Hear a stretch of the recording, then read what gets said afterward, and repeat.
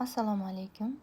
Azizlarim, kanalimga xush kelibsiz. Bugun sizlar bilan shunaqa sultonka shalvarini oson usulda bichilishini o'rganamiz. Andoza bilan bichganni ko'pchilik tushunmas ekan. Keling, men sizlarga o'zimning metodim asosida oson usulda matoda ham bichilishini o'rgataman. Kundalik kiyish uchun qulay va o'rtacha kenglikdagi shalvardan boshlab o'rganamiz. Iltimos qilib yozgan ayol va qizlarimiz uchun birinchi matod ustida bichishni ko'rsataman. Keyingi videolarda andozada ham oson usulda bichilish uslublarini ko'rsatib o'taman. Sultonka shalvar bichayotganingizda ahamiyatli bo'ling. Eng kami 3 metr 3,20 matodan shunaqa dvoykalarimiz chiqadi. Shalvarini o'ziga eng kamida 2 metr mato ketadi. Har doim bichishdan oldin matoyingizni hisobini chiqarib oling. Materialimizni buklab, juplangan tarafini ochiq tarafidan bichishni boshlaymiz. Birinchi bo'lib bo'yini olamiz qizlar. Bo'yi menda 96 ga pastdan 2 cm rezinka hisobi bukilishi, tepadan esa 4 cm rezinka hisobi, jami 6-7 cm chokbaho qo'shib bo'yini olamiz. Men lozim shalvarlarga doim enlik rezinkadan foydalanaman, chunki kiyganda bu hali lozimimiz taxlanib qolmaydi. Eng kamida 3-4 cm lik rezinka qo'yaman. Shuning uchun tepadan chokbahoga 4-5 cm chokbaho hisobi beraman. Mana qizlar, bo'yini olamiz birinchi bo'lib.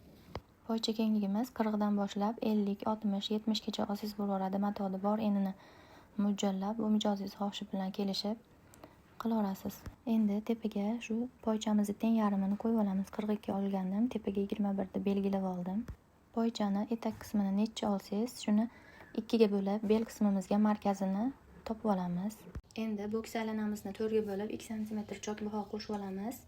Menda 96, 48, 24, 24 ga 2 cm chokbaho qo'shsak 26. Endi shu 26 mizni 13 markazdan bu yoqqa, 13 bu tarafiga qilib belgilab olamiz. Andozasiz mato dozida bichsak ham markazlarini hisob kitoblarimizni to'g'ri qo'yib, men ko'rsatganimdek usulda bichsangiz mijozingizga va o'zingizga qolipdek yotib beradi. Endi og'imizga tushib olamiz. Og' uchun 34, 35, 36, katta yoshlilarga 40 gacha tushsangiz bo'ladi. Men og'ini biroz teparoq kiyaman, o'zimga bo'lganligi uchun 32, 34 tushib oldim. Tushunmagan joylaringizni kommentariyada yozishingiz mumkin. Imkon qadar javob berishga harakat qilaman. Markaz chizig'imizni pastga davom ettirib olib tushib olamiz. Og'imizni ro'parasidan ham 13 o'tib olamiz. Bu 13 bizga 13 dan keyin og' hisobi o'tishimizga yordam beradi. Og' eng kamida 6 cm, 8 cm, 10 cm gacha qilsangiz bo'laveradi. Katta yoshlilarga 10 yoki 8 qilaman. O'rta yoshlilarga o'zimizga 6 cm og' hisobi o'tib olaman. Yonboshimizni bel qismimizdan to etakgacha tutashtirib chizib olasiz. O'z holicha tashab. Kanalimda yangi bo'lsangiz obuna bo'lib qo'ying. Kelasi chiqadigan videolarimiz birinchilardan bo'lib sizga yetib keladi. Endi tepadagi 13 bilan pastdagi 13 ni tutashtirib olamiz. Bu shalvarimizning oldi qismi. Oldi uchun 5 cm o'tsanglar ham bo'laveradi. Oldiga og' hisobiga 5 cm o'tib olamiz. Og'ini keng kiyadiganlar uchun 6-7 o'tsangiz ham bo'laveradi. Buni ham mijozingiz xohishidan kelib chiqib qilaverasiz. Mana asosiy qismlarini ham chizib belgilab oldik. Endi etagiga tutashtirib olsak, deyarli lozimimiz tayyor. Sultonka shalvarini bichganingizda yaxshilab tushunib oladigan asosiy narsangiz mana shu poycha qismi bo'ladi. Poycha qismini kengligini necha olishingizdan qat'iy nazar 50 olasizmi, 60 olasizmi, teng yarmini 2 ga bo'lib 60 bo'lsa 30 ni tepaga qo'yib ko'rsatganimdek markazni topib olasiz. Shu markazdan biyodra aylanamizni 4 dan 1 ni chokbaholari bilan qo'shib markazdan 2 yoqqa teng taqsimlab olasiz. Qolganlari xuddi shunday ketaveradi. Og' chiqarasiz, og'dan etakka tutashtirib qo'yasiz. Mana har doimgidek liboslarni birinchi bo'lib oldi qismlarini bichib olamiz. Xoh shalvar bo'lsin, xoh lozim bo'lsin yoki ko'ylak bo'lsin, birinchi bo'lib oldi qismlaridan boshlab bichamiz. Oldi qismini ham bichib tayyorlab oldik. Endi buni bir qavatini olib, qolgan matoyimizga joylashtirib, orqasini bicha olamiz. Opalarim, singillarim, tayyorlayotgan darsliklarim sizlarga foydali va tushunarli bo'lyaptimi? Fikrlaringizni izohlarda yozib qoldiring. Har biringizni o'qib chiqaman. O'zaro muloqotimiz yanada yaxshiroq, manfaatliroq darslar chiqishiga xizmat qilsin. Tikuvchilikdagi bilimingiz oz bo'lsa-da oshsa, men bundan xursand bo'laman. Eslatib o'taman, bu sultonkamiz eng kichik standart razmerda bo'ldi, ya'ni poychasi 42 ga 40 olindi. Tayyorlab olgan oldi qismimizni olib, matoyimizni yana juplagan holatda ochiq tarafiga qo'yib joylashtirib olamiz. Shularga ham o'ta ahamiyatli bo'lishimiz kerak. Matoni ekonom qilsak, xohlagan fasonlarimiz bemalol chiqaradi. Shalvarimizni oldiga nisbatan orqa qismini oq tarafiga 2, 3, 4, yo'g'onlarga esa 5 cm gacha kengaytirish berib chiqamiz. Xuddi ko'rsatganimdek qilib orqani chizib oling. Hozir 2,5-3 cm da kengaytirib chiqdim. Yonboshi esa oldi bilan bir xil bo'laveradi. Oldiga nisbatan orqamiz biroz kengroq bo'ladi. Orqada biodra ham sonlarimiz borligi uchun shuni hisobiga jichcha orqamiz kengroq bo'lgani to'kilib, so'lqillab qomatga yotib beradi. Razmerimiz qancha kattaygani sari mana shu yonbosh chokimizga ham ozroq chokbaho qo'shib keting.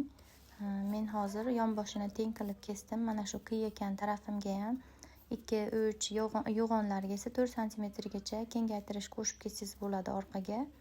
Loyiq tursin deganlarga xuddi shu ko'rsatganimdek qilib bichamiz.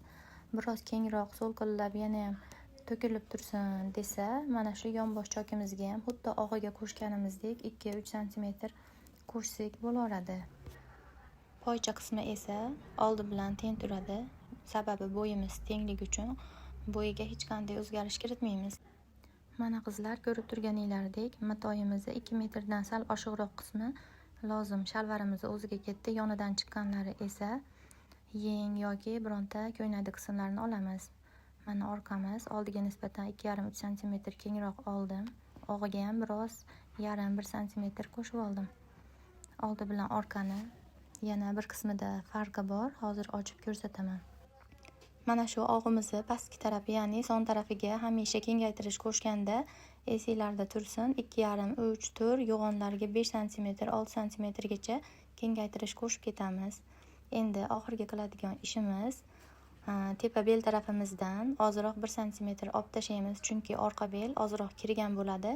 Oldiga nisbatan oldida qorin ozgina yo'g'onligimiz hisobiga oldidan olmaymiz, orqa belimizdan ozgina olib tashlaymiz. Bel qismimizni tepasini o'zidan olib tashlaymiz, yarmigacha olib borib og'igacha olib bormaymiz. Bu kiyganda yana ham belimizga o'rnashib qolipdek yotib beradi. Tepa taraflarini tekis qilib qo'yib olamiz. Oldi tarafimizdan 5, 4, 3 cm olib tashlashimiz kerak. Orqada biodra hisobiga balandroq bo'ladi, oldimiz esa sal kaltaroq bo'ladi. Ba'zi tikuvchilar mana shu ovoradigan tarafimizni, shimli variantdagi shalvar lozimlarimizni oldidan ovoradigan hisobni bir yo'l yonboshini og'larini qo'shib yorib keyin olar ekan. Men esa bu yerini bichish jarayonida bir yo'li olib tekizlab ketaman. Mana hozir ham 4-5 cm tushib ovoramiz. Biri to'la bichishda bu yerini ham olib tekizlab ketsak, mashinaga o'tirganda hamma joyini bitta o'tirishda bir yo'li bitkizib tayyor holatga keltiramiz. Shu joyda ham ahamiyatli bo'lib bichishingizni tavsiya qilaman. Oldi taraf bilan orqani adashtirib qo'ymang. Orqani bor bo'yiga oldidan 4 cm, 5 cm tushib qiyalatib tutashtirib olasiz va qiyib borasiz. Ko'rib turganinglardek sultanka shalvarimizni mato dozida bichib tikish ham unchalik qiyin emas. Mana deyarli hamma detallarini bichib oldik. Endi poychasiga yarasha rezinka, poyizga yarasha rezinka olsak yetadi.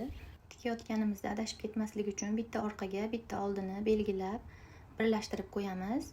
Bitta oldiga, bitta orqa qilib birinchi o'rinda yonboshini tikib olamiz. Keyin oq taraflarini tikaveramiz. Yonboshi va oq tarafdagi choklarimizni ensiz 1 cm da tiksanglar, overlogimiz ham, chokimiz ham chiroyli chiqadi. Hamisha men bunaqa ichki choklarni ensiz 1 cm da tikaman. Oldimiz bilan orqamizni mana farqlarini ko'rishingiz mumkin. Bichilib tayyor bo'lgan holatdagisini ham mana sizlarga ko'rsatib o'taman. Oldimiz orqadan ko'ra 5 cm, 4 cm past bo'ladi. Yonboshlari teng. Yonboshini xoling kengroq qilib biching. Menda mato bemalol bo'lganligi uchun poyiz qismi o'zidan chiqdi. Agar matoyingiz kamroq bo'lsa, poyiz qismiga alohida ulasangiz bo'ladi rezinka hisobida. Poycha uchun rezinkani 2 cm semizlikda, uzunligini esa 14-28 ochilgan holatida olib aylantirib qo'yib chiqdim. Rezinkamiz kichkinaligi uchun, poychamiz kengligi uchun rezinkaga to'g'ri kelmasa, avval ziborkaga ip tortib lozimda kichraytirib oling. Poycha kengligini qanchalik katta olsangiz rezinkaga to'g'ri kelmasligi ko'proq ehtimoli bor. Shuning uchun ziborkaga ip tortib biroz poychamizni qisqartirib olamiz, keyin rezinkaga qo'yamiz. Mana tayyor holati. Siz ham tikib ko'ring, yaqinlaringizga tikib bering. Darsligim yoqqan bo'lsa, kommentariyada o'z fikrlaringizni qoldiring. Videoni tikuvchi tanishingizga ulashib, yurakchani qizartirib qo'ying. Kelasi videolarda ko'rishguncha Allohga omonatsiz. Yana qaysi darsliklarni, qaysi detallarni siz uchun ko'rsatib berishimni xohlaysiz, albatta yozib qoldiring.